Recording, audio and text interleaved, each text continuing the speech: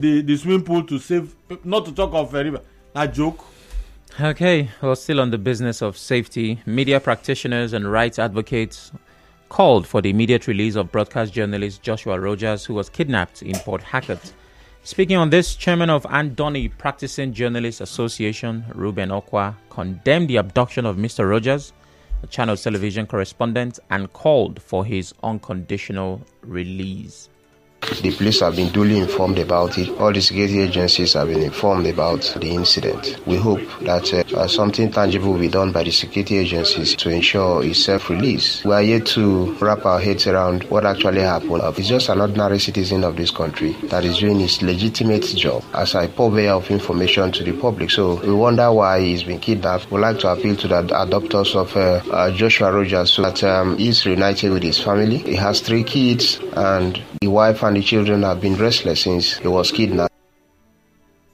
Also, Chairman Advertising Practitioners Association Port Harcourt, DK Bekwele, in a statement described the kidnap of Mr. Rogers as senseless and insensitive. He said journalists and media practitioners are watchdogs of society and should not be subjected to such. Charles Jaja, on his part, who's a human rights activist, urged the police and other security agencies to intensify efforts in ensuring Mr. Rogers' release unhurt. That's an important part as well. Journalists shouldn't be an endangered species in our society. The recent adoption of Joshua Rogers, who was kidnapped yesterday night, is one too many kidnappings that is condemnable. I wish to appeal to the Commissioner of Police and other sister agencies in the state to do the needful in ensuring the safe release of Mr. Joshua Rogers to his family. I think there should be a severe penalty for these kidnappers, just, sentencing them and returning them to prison. After some time, they find their way back to the society. Does not deter them from continuing in this type of trade. And this is the statement of eyewitnesses. They came in taxi. I did attitude, even when the police van, they come for night, come here, like in here around 11. I know whether not, but I know say those teams who I see for that scene, I see they dressed like those people where they without participating. Some joined this car, some left with the other one. They were following him journey at his back. But I him no, and then two, no. But I know when he came, it wasn't up to 2 seconds. That car. As they wanted to open the gate, they came down. Right, come, enter the car. He's not arguing, just entered. Say at night now, our street light not there on. Because if you like this street light they on, they for don't lock that gate. But no matter how you come arrest us here, they for lock that gate. Before you go shut the gate or you want breaker, people for no. But here they that. Well, we're glad that there is light at the end of the tunnel. This story has a happy ending as Joshua Rogers, who was kidnapped, has regained his freedom. He was said to have been released around 10 p.m. on Friday, which was yesterday night. The management of Channel Television, in a short statement, confirmed the development. Professor, kidnapping of journalists, is this a worrying trend, or should we just be as bothered about the general kidnapping trend? We should be bothered about the general kidnapping trend, whether journalists or teachers, even students. So it's not, we're very unfortunate that this is still happening. If he wasn't a journalist, probably we may not have had it. True. Yes. So a number of kidnapping, takes place on a daily basis in Port Harcourt and its environs. We're talking about particularly in rivers. And it's not something that is worrisome to some gladiators, including the security agencies who ought to work with government at all levels. I do not even think that it worries a local government chairman within his domain that kidnapping is on the increase on a daily basis. And you find you got to a point where Oracle, I could not pass some certain places to my area because even by 5 o'clock we are being kidnapped on the road to a church. Do you understand? So, and it was not in the news because probably the ordinary persons were being kidnapped. Are you going to say? And it's happening in such a manner that it's become a normal. I mean, become very normal for as it happens now, you carry across. We have a break coming up in just about a minute. But there was once a time, Prof, where if you heard a person was kidnapped, you immediately assume the status of the abductee, because there's nothing state to say, because even 10,000. No, of course now it means a lot. That's why I said there was once a time. If you heard a person was kidnapped, you imagine this was a politician. He was a businessman. Yeah, there was a certain state you had to qualify to be kidnapped. Mm-hmm. But now, I mean, it seems like you just have to be human. Yes, as long as you are human, and then you may attract sympathy. Okay, for those who we think that even if you don't have, people can contribute a little. So it's an industry. Yeah, it's an industry. I mean, this one you're even talking about within 48 hours. It was released. I don't. And again, they were talking about being arrested, meaning that either there was some kind of he needs to speak up. Either people dressed in security uniforms, that kind of thing, and or coming with a security van. So that's a food for thought for the security agencies to investigate more. We have that break now. I'm a journalist, so naturally you can understand my bias towards this. And as people, I also share in that bias. As people, but it's unfortunate. All right, after the break, we talk some more. Please stay with us.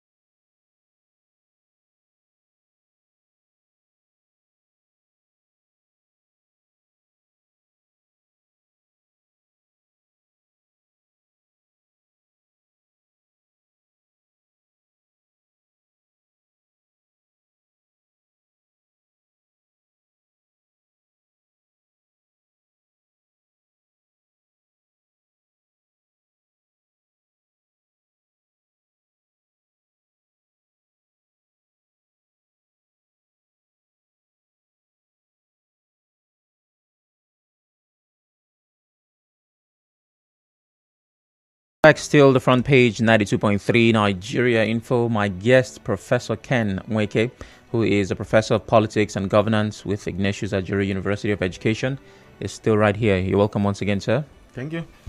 All right, we have had conversations around safety. Nollywood actor Junior Pope passed on this week, and Rivers-based journalist with Channels Television, Joshua Rogers, abducted and released this week. So we're glad there was a happy ending to that. Coming up next, we'll be talking about the impeachment of the Edo State Deputy Governor, former that is, because there's someone who occupies that seat at this time. But I'd like to hear from you. 0817-923-0002. 0817-923-0003. WhatsApp is 080-903-06416. We're live on Facebook and Twitter at Nigeria InfoPH. So that means you can watch as you listen. You can also, and this is the important part, drop your comments on those platforms. If and when you call, please turn off your radio as you call. I'll be taking Aminu Sule's message on WhatsApp shortly. I'm trying to gain access to that. All right. May the soul of Junior Pope rest in peace, but he's supposed to think of his wife and children before he left with the boat. May his soul once again rest in peace. Let us learn from what happened to him and rearrange ourselves. That's from Aminu. Well, thank you, Aminu. That's the thing about those who have died. They become lessons to those who are alive. And on Facebook, Laurent Friday says, good morning, Sam and Professor. President Tinubu remaining neutral in the political tussle. That's my prayer, that the president maintains neutral ground on this issue so that no one will use federal power in this fight. Well, that's one of the headlines we'll be taking. We're not there yet, but thanks for contributing. And Roland is also talking about the neutrality of the presidency. Said it should not be hypocritical, but it should be neutral for real. Okay. Over to our next story. The Edo State House of Assembly impeached the state's deputy governor, Philip Shaibu. He was impeached during the House's plenary session in Benin City, Edo State. His impeachment followed the adoption of the report of a 7-man committee set up by the Chief Judge of Edo State, Justice Daniel Okomboa, to investigate allegations of misconduct against the deputy governor. Now, last week, the Edo State House of Assembly started impeachment proceedings against Mr. Shaibu. 21 of the 24 lawmakers, that's definitely a majority by any standard, accuse him of perjury and disclosure of state government's secrets. Sometimes when I see the reasons behind these proceedings, I don't want to laugh, but, I just have more questions. Disclosure of state government's secrets. Well, I ask the question the best way I know how to. Professor, is it a political taboo for a deputy to nurse aspirations in Nigeria? Yes, it's a taboo.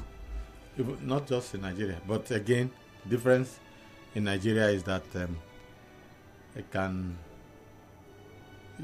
assembly, House of Assembly or houses of assembly who don't understand or who don't want to understand. The only language you understand is go. And because the go, there is something that comes with the go. Do this, execute this, and they just go.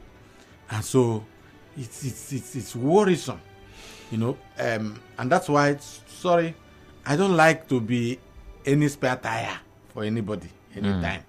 I call them, whether even in the university system where you want to make me a deputy vice chancellor, my dear, yes, you say you want to learn, but I don't want to learn that kind of learning. You understand? Because people use you, for whatever reasons, and then you begin to run around. I don't want to be deputy to anybody, for goodness sake. You can just keep it. I know that, yes, there's a reason for people, for the ground norm or the extant laws to provide for form of assistance in where you have the absence of, somebody steps in. But if you must, then please just tie your hands, tie your legs. Just stay aloof. Even sometimes there's a way you even stay aloof and watching them, they become trouble. Why are you not talking? You understand? Why are you not doing this? Yeah. So it's in the case of Edo State, Obaseki is, it's been one person down when he was facing the trauma that Oshomole gave to him. Yeah. Some of us, spoke from wherever, channels, TV, all media houses in support. So we didn't need to be Edo citizens to, speak up. Yeah. We did condemned those actions, and unfortunately, even that some of us rose for him, it does not mean that we rose for him sometime. We can also rise against him today because it's not about persons. It's about doing what is right, for goodness sake. Yes, your deputy may have ambition, but in the case of Nigeria, you don't need to. So if you accept the position of a deputy because you exist at the mercy of your principal, you don't nurse ambition. Loyalty in Nigeria, it means stupidity. Oh my goodness. Okay, stupidity to the extent that the man tells you, if possible, whether you even sleep with your, to that extent. Yes, that's what loyalty in Nigeria means. Oh, Lord have mercy. Means more than 100%. So your loyalty means that everything about your family, everything about your person, everything, just whatever he says. Is it Mary that told the disciples, so do it?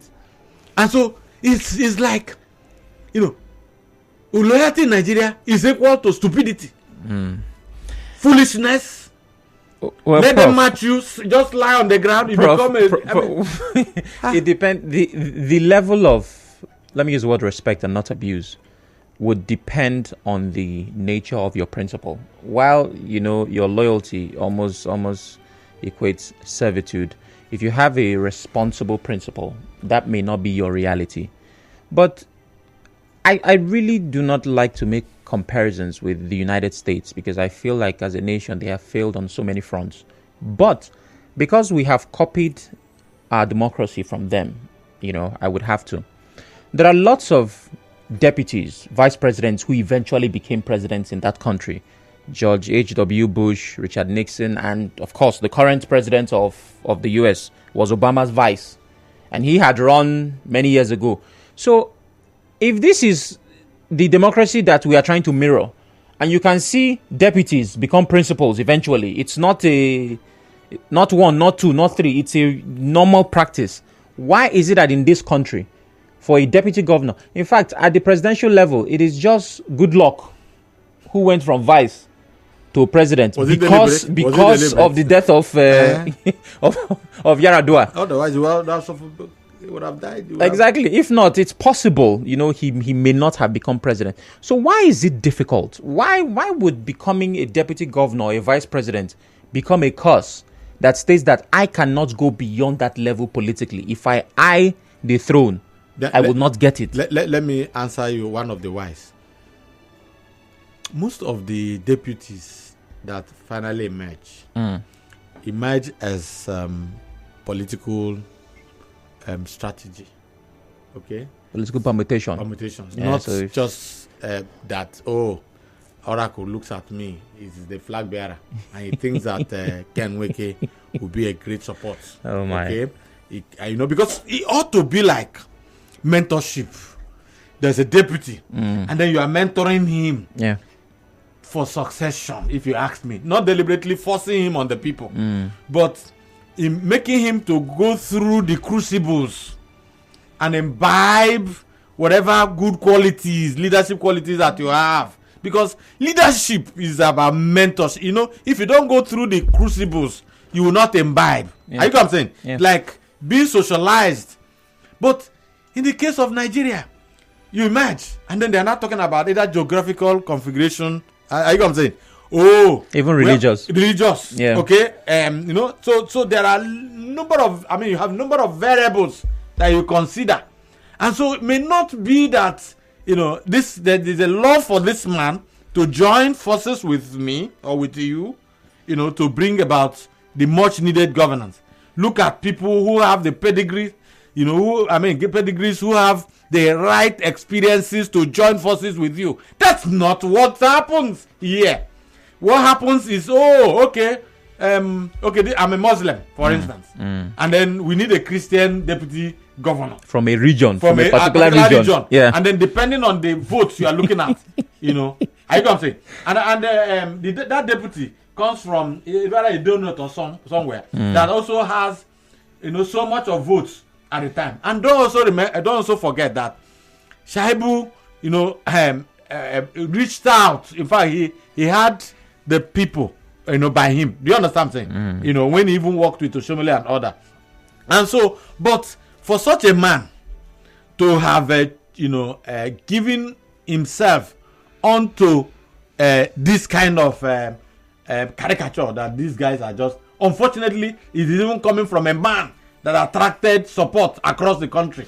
I know what I'm saying. So this politician, it's unfortunate that they have no respect for the so-called democracy that we are copying, you know, from the United States of America and all that. So that, you know, having deputy would have provided a room for growing leadership, for goodness sake, political leadership. But unfortunately, here it's just okay for the office if the man is existing. And then why you are now fronting who you think will be 100% stupid. But unfortunately, even in the case of Rivers State, it didn't work out, you know, to be so. Do you understand? Well, because when you think that somebody ought to be 100% loyal, to the extent that wherever you say he should go, he goes. And then, but unfortunately here, he didn't work out. Well, Prof, I don't completely agree with, you know, the terms used to describe, because describe who? Yes, the position of the deputies, you know, equating loyalty to people call them a spectre and all, but you know, giving up their humanity and rights completely. While that might be the Nigerian reality, I'm sure that there are cases. But I'm not so supporting that. Okay, yeah. I'm only saying that for Shaibu to have been a Nigerian that he knows, and I'm sure that he also knew Obaseki very well. Yeah. Look at Obaseki's face. You don't need to read him. The man does not play. I don't understand with anybody. Look at his face now. Even while we were supporting him, we were supporting not him, but we were supporting a good cause. Yeah. I know what I'm saying? The movement. The movement. I know what I'm saying? Some of us spoke, like I said, spoke in support of it, and we will speak against what he had done, because what the allegations that they leveled against the man, you know, talking about secrets. Yeah. Which secrets? Disclosure of government Disclosure secrets. of what? They should have specified that, Shaibu, you know, leaked government secret. They should tell us, because we have the right. Yeah, but Prof, that counts as if I tell you the secret that was leaked, it doesn't qualify as a secret anymore, right? No. Wait now, Oracle. Professor Ken has been sanctioned for leaking secrets, and then I now tell you what the secret is. No. There is a leaking in the first place. Look at the logic. Okay. If there's a leaking or a leakage, of a secret, yes. So it's no longer secret. It depends on who it was. It might not have been leaked to the public. It might have been leaked to some parties. You know. No, whether it is leaked to, you see, whatever that is a secret, and they have it's between 2, 3, 4 persons, among 2, 3, 4 persons. It's out there, Oracle. So it's no longer secret. Prof. Let us take an organization. You have a board, right? There are some things that the members of that board know. Let's say the board is made up of. Are you seeing Oracle? Oracle, don't go there. You see where I have problem, because we hide under certain cloaks to perpetuate evil in Nigeria. Now, because you are talking about secrecy of government, of course. Yes, that should be known by to government. There are trade secrets. Yes, of course. Yes. You are now saying that. Yeah. I'm assuming that what is secret remains secret.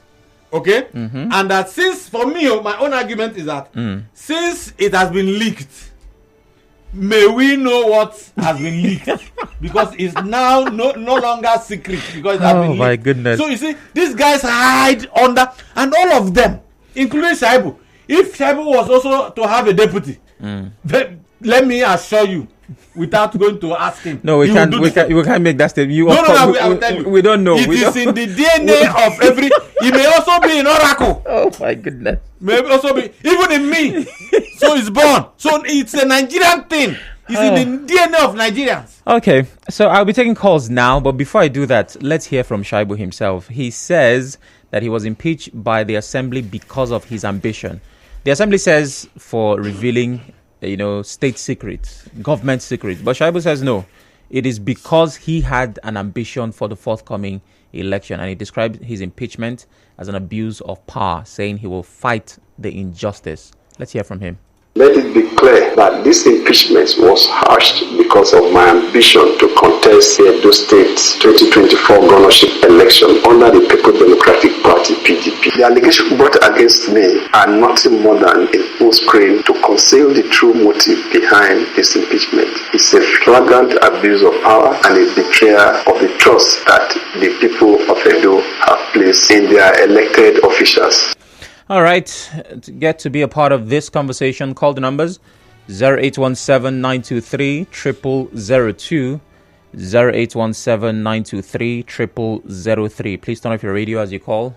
WhatsApp is 080-903-06-416. We're live on Facebook and Twitter. You can watch as you listen. Coincidentally, Prof and I are wearing black shirts. So if you'd like to see that, please go on our feed and do that. Well, Edo State has gone ahead to replace Shaibu. 37-year-old Omobayo Godwin has been inaugurated as the Edo State Deputy Governor. And of course, this came hours after the former deputy was impeached. So I'm guessing they had the man on standby. Hello, good morning. Hello, good morning, Chinedu. Good morning. What's your name? I'm Chris, calling from Port Harcourt. Go ahead, Chris. Yes, the Shaibu is good at the impeaching because, according to the story, he was invited for a particular panel, but he refused to attend. So, at that point, you need to be impeached, and there's nothing you can do. No, hold on. Wait. Hello. When you call for us to have a conversation. What panel invited him? And let's assume that what you're saying is true. Is that an impeachable offense? When they invite you, you have to come and explain yourself. But he is saying that they were not fair. How? When you have not come out to even answer the question put before you. Okay. And you call that what? I mean, I don't understand. But what I want to say is that we have given these people job to do, like the House of Assembly. That is their work, whether we like it or not. Now, these people represent us. A situation where somebody who wants to impeach you, we are asking, what has he done? What has he done? What about the House of Assembly people? Is it not the people that are representing us? So we should allow this institution to work. Not for us, like the River State here, we never agree. See, they impeach that man at the end of the day. No cause for alarm. No, but you have to ask. Listen, I need you to understand how governance works. You have to ask. There has to be an impeachable offense. You don't just accept simply because, That's what I'm saying. That's why we have the state assembly. Those members represent us. It's not everything that is happening there that we know. Other things that they have been doing, do we know them? But when they want to do their work, we don't agree. What have they done? And they don't need to tell us. What it's if the people there that know better than us? Well, no. Hello. That is the only way we can have a good democracy. Okay, I don't agree they know better than us. I just agree that they represent us, and this is because you send them there. But the question I was going to ask is, what if they do things that are against the provisions of the Constitution? What if they go against the interests of the people? There has to be some checks and balances. I mean, you're not just going to swallow everything the assembly. I want to, pass it on to Prof, but I may not get the mic back anytime soon. So, you see, you can understand where that man, is tweeting to. Is for me, as much as assembly, any house of assembly or legislature has the powers to impeach. Are you going to say? Or even if Shaibu had gone there, it was already premeditated. So it seemed that way. Yes, of course. It seemed that way. For free now. And then it is not that look at River State House of Assembly. because they have powers to amend the laws, and then they are now, arrogating themselves the powers to appoint of executive. I mean, it's let's not. See, people. I hate what Nigerians do. For goodness sake, it's not about persons. It's the same, for instance, take about Rivers State House Assembly. The same assembly that sat to, amend the procurement law to give the governor the powers, for mobilization, certain percentage. It's the same people who came to amend the thing because it does not suit them today. Oh. And then, the person who sits there as a speaker, if he becomes governor tomorrow, assuming they are hatching to remove the governor, if he becomes, will he also sustain that kind of law? Do you understand? See, it is not about individuals. We have grown beyond, talking about individuals. But unfortunately, those who are just below the level that society ought to are the ones that are clapping hands for these gladiators. Unfortunately. Right. Let's take some more calls. Unfortunately. 08179230002. Good morning. Good morning, the very distinguished Sam Orakuchini. How are you doing this morning, sir? I'm well. How are you doing? I'm doing great. Wishing you a pleasant weekend. Same to you. The very distinguished Prof. Thank you. I celebrate you, sir. Check out. I remain the very distinguished Temple. Okay. Go ahead, Temple. I think looking at the death of Pope, which I see as a presentable one, but it's sad that it turned out to be this way. But some of these our celebrities, one message I'll continue pass to them. In as much as they are, responsible to their own life, to an extent, they should cut down their pride and ego. Wow. It is not doing a lot of them a whole lot of good. Rather, it's damaging them. But at the same time, looking at Shaibo's impeachment, the very distinguished oracle, and to my Prof, sir, we say that they are public servants. And they are being employed by the people to serve the people with the taxpayers' money. As someone in a government and that is accountable to the people, is it possible that what the government does at the detriment of the people should be secret? Because I don't understand what kind of secrecy that he leaked out to the people that the people itself are not supposed to know the dealings and activities of a government that they voted in power. If not, the private life of the governor or whosoever got it up. For me, I take what Mr. Shaibu said. It is all amount to his personal ambition. But one thing I want to tell the new deputy governor, the kind that is used to flog the first wife will also definitely be reserved for the second wife. Thank you. All right, thank you very much, Temple. Unfortunately, this second wife matter, he would not survive. How many months does he have? So it's just there's a few. Yeah. No ambition. He will never have any ambition, of course. Then born them. We have a break coming up in 2 minutes. I'll use that time to take as many messages as I can. Good morning, Sam and Prof. The abduction of the journalist was unnecessary. It's a good thing that he has been released. For the death of Junior Pope and the carelessness amongst Nollywood actors, everything the AGN chairman, PH, said on the Morning Crossfire is true. The government cannot do everything for you. We have to take responsibility for our lives because it is our lives. The video he made while going was a warning sign that the frenzy on cruise did not allow him pay attention to his spirit. May his soul rest in peace. Simply goodness. Yeah, you resonate the sentiments of my guest. Said the exact thing. Sam, if you go to Nembe Waterside and other jetties in Port Harcourt now, you will still see boats loading passengers without life vests. It's a serious issue in Nigeria because there's zero enforcement.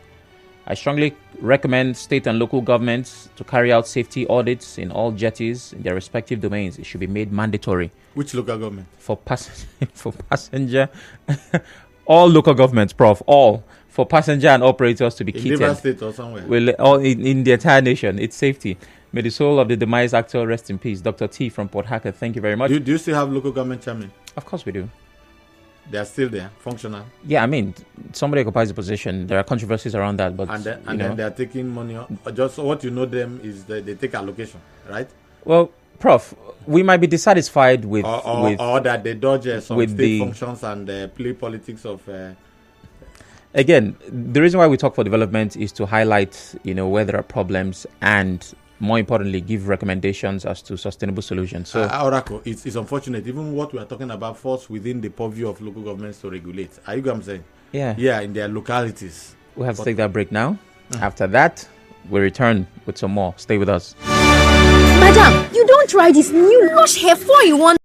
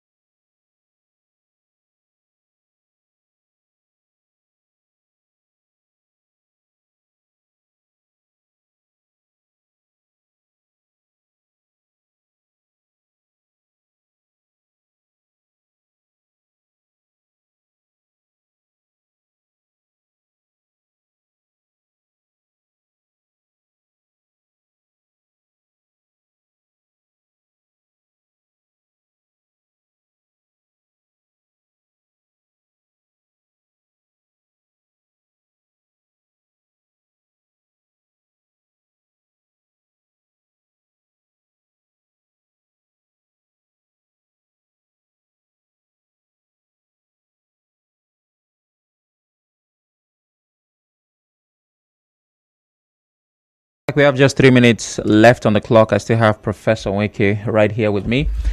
And it is the front page, 92.3 Nigeria Info. Ezekiel Isaiah says, ambition is not a crime. Impeaching the deputy governor because he wants to run for governorship. This is the length legislature can be used. Let him go to court. Tamuno Dagogo says, I agree with you 100%. The reasons are always interesting, like Governor Sullivan, Chime's deputy, impeached for having a poultry farm in the residential area, which in truth was in violation of some colonial era law. The real work of the vice president and deputy governors is very similar. Keep breathing in case the boss stops breathing. Any other thing you get is a bonus. Text. I like that. Text. I had to take that part of your message. The other one was long, but thank you for sending as always. Thank God, Atuebu says, I'm in total support of rep members demanding for immediate resignation of PDP national chairman. I'm about to take that. And Francis says, on Shaibo's impeachment, he wanted to eat his Oga's food, which is not allowed in Nigeria. It's unfortunate that those who fight injustice today become the greatest tyrants. We're making a mockery of democracy in Nigeria. So with the little time we have, 60 PDP members in the House of Reps called on the party's acting national chairman, Umar Damagum, to resign. The lawmakers led by Ikenga Ugochinyere, who's a PDP Imo federal lawmaker, accused the national chairman of being in alliance with the APC, accused Danagum of plotting to use the federal high court to legalize extension of the tenure of River State Council chairman. As you may know, minority leader Kingsley Chinda was absent at the lawmakers' briefing. And we had Ugochinyere on Hard Facts. Kalada spoke with him.